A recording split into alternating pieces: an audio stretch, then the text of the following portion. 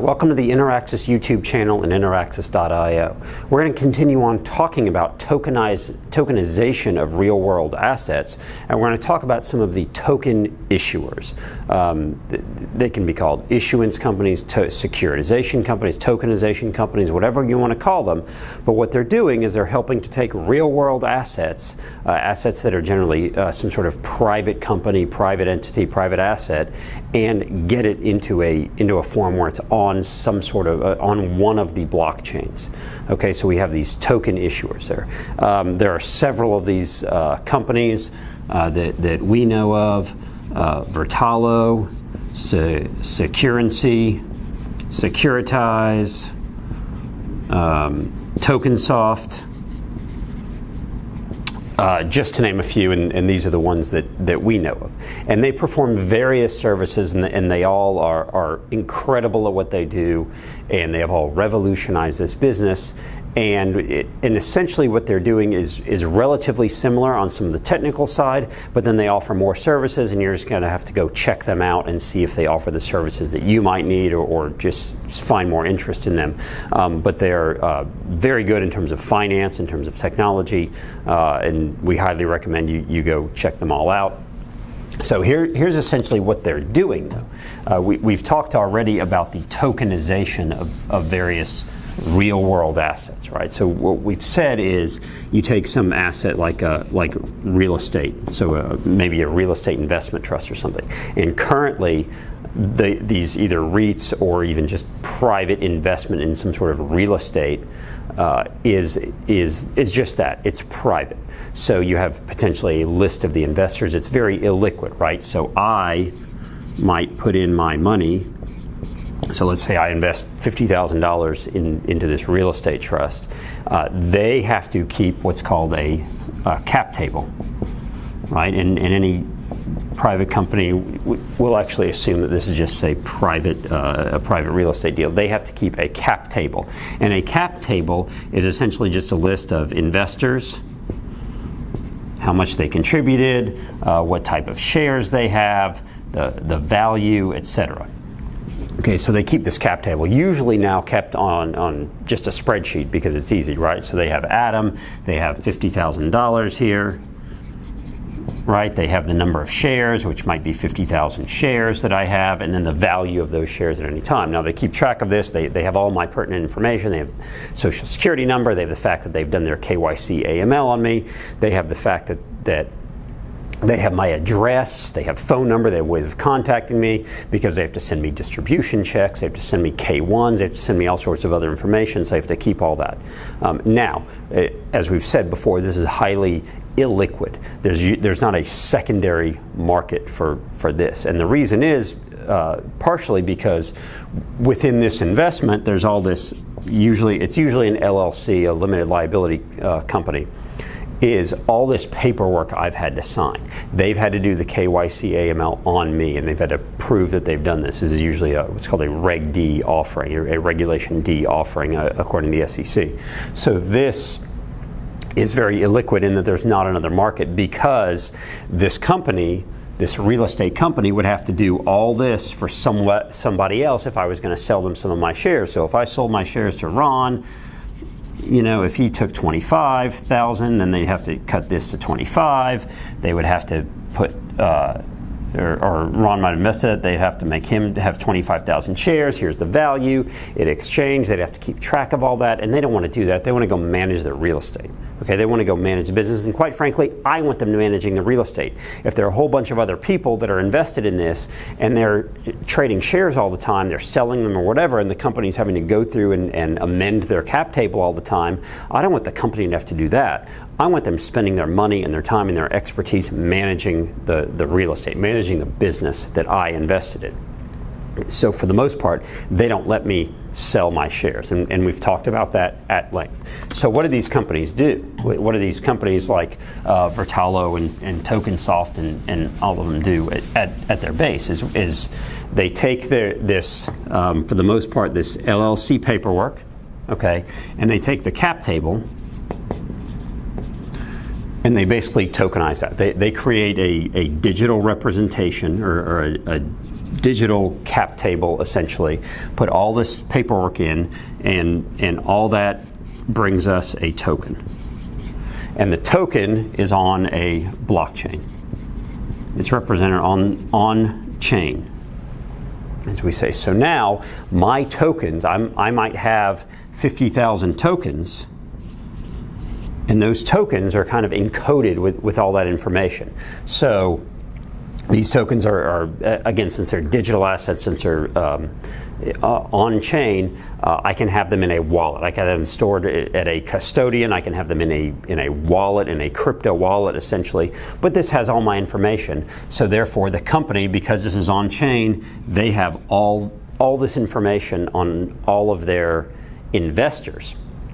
But here's the key, here's the kicker. All this LLC paperwork is encoded, all the regs are encoded in here. So the companies like, again, Tokensoft and Vertalo and everyone else, they will do this work. They'll take the LLC, they'll take the cap table, everything, create the token, and some of them you do it on, maybe just one blockchain like Ethereum, so there might be an ERC token.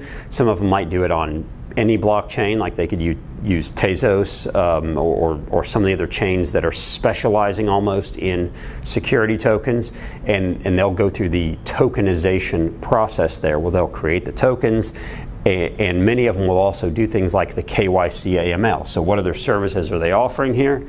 Is they're doing the tokenization. So this is the tech part, right? This is the taking the LLC paperwork, the regs, the cap table, and putting it on chain. Okay, creating the tokens, putting it on chain. Then, what they also might do is the KYC AML. Or they will encode the KYC AML and potentially have someone else do it. They might go to a broker dealer or someone else to do that part. What some of these services might also do is set up a secondary market. Now remember what we said, that most of these real estate investments, REITs, private investments, are very illiquid in the traditional finance world. Well, one of the beauty of blockchain is, once you've encoded all this, of course, onto a token, now it makes it that much easier for us to trade, because when I get onto some sort of marketplace and sell that token to Ron, or sell some of my tokens to Ron, because of the fact that this has all been tokenized, because it's all on chain, and because, again, those tokenization companies are what's called transfer agents, they're able, the fact that token has moved from my wallet to Ron's wallet, it has to abide by the regs, because that's encoded in the tokens, right? The changes made to the cap table, the LLC paperwork says, yes, I can sell it. Maybe there's a 12-month lockup period or something where I can't, but after that 12 months, if I go try to sell it, the token kind of looks and says, okay, based on the smart contracts, has it been 12 months? Yes. Is Adam able to sell it? Yes. Is he able to find his own price? Is there a price discovery that he's able to find his own price? Yes, he can. Okay, regulations. Now, we have to make sure that Ron over here is also an accredited investor. We already checked out Adam. We need to check Ron. Is he accredited? Yes. Has he done KYC, AML? Yes. Okay, some of these companies can set up this marketplace and set up the tokens to say, okay, now Adam is able to trade his tokens. It's satisfied all these things, but it's done it all according to code, because it's all been encoded in the token. So now the company that's actually issuing the real estate company doesn't care. They don't have to get involved in the valuation. They don't have to get involved in the setting of the market price, in changing the cap table, because that's changed automatically on chain. They don't have to get involved in figuring out who Ron is and going through the KYC AML and making sure he's accredited, because that's all encoded. He wouldn't be in here if he weren't, right? That's already validated and in here. He wouldn't be able to buy my tokens if the 12-month lockup period hadn't already passed. He wouldn't be able to buy them for a certain price if it weren't alluded to in the LLCs and the regs and everything. So since we can encode all that, and there doesn't have to be a person or people or an organization looking over it, we can encode it all and it can't happen otherwise. Now we can start finding liquidity for this. And again, we talk about all that as kind of the benefits, but this is what these companies do, is they once some real estate company or once some private company or hedge fund or whoever it is wants to raise money, all right, they might go to, the process might be that we go to so we have a real estate company, right? They go to potentially a lawyer that they say, look, we need to write this Reg D. We need to write the offering. Okay, here's how much money we're going to raise. Here's how many shares we're going to issue, and they go through that process. Then they might go to an investment bank / broker dealer, and the investment bank broker dealer, they have the ability to actually market it. They have the ability to go to investors that they know and sell it. Say, here's this great investment. You give us the money. We're going to keep track of everything. Who gives the money, and we will give you the shares. We'll have you sign this LLC paperwork that the lawyers created. Now, the real estate company knows that they have investors interested. Now they can decide, okay, we want to take this LLC paperwork and the regs and our cap table that the broker dealer has done for us, and now we want to tokenize. So they will help choose, okay, which chain are we going to use? Which chain makes sense, right? And this could be Ethereum, this could be Tezos, this could be Ravencoin, this could be one of several other tokenization-centric chains that give them this ability. Okay, so which chain? Then we're going to encode all this. Then we're going to take the cap table and put it on here so we're able to track it. Then we're going to give you potentially a dashboard. So you as the real estate company have this dashboard that you're able to look across all your token holders, your cap table, be able to maybe send them messages. You may be able to put in data. You may be able to add data, like if it's real estate, you can add appraisals, you can add invoices, you can add all sorts of information, so that the dashboard from the other side, the investor side, they're able to get information on their investment, right? They're able to log into the dashboard and see, when am I going to get my next distribution? What is the value now? Am I past my 12-month lockup period? Can I sell these? Is there a secondary market for this? What is the value of my token? They can have a dashboard and see all this. And look, the investors might have a dashboard that has multiple tokens that they've invested in through this one platform. So now what we're seeing is some broker dealers have partnered with some of these tokenization companies. Some of these token issuers have partnered with the broker dealers. They've partnered with markets like T0. Okay, T0 is a marketplace for security tokens.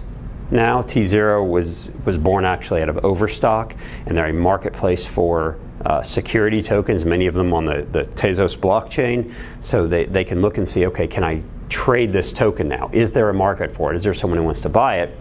And this is what these token issuers, these Vertalo, TokenSoft, Securitize, Securency, and some others, this is what they do, is they help you manage this whole process.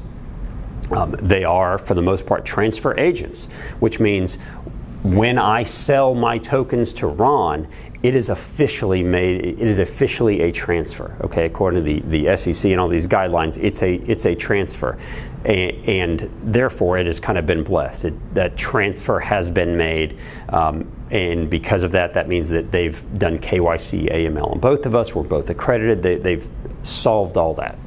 Many of them have affiliates or affiliations with the broker dealer. They might have their own broker dealer, so they can actually market the tokens themselves, or they might have affiliations with other broker dealers that go market it, and they're in charge of the tech side. So different players, different token issuers have different services that they offer. They might create the market, they might create the dashboard, or they might just do the technology, the tokenization part, and kind of help you and advise you on some of the other aspects, because maybe they say, look, we don't want you locked into a certain chain or locked into using a certain dashboard. You can use your own. Here's some we recommend, but we just want to help you with the tech part. So that's a little bit about what the token issuers do. They obviously charge fees for their services.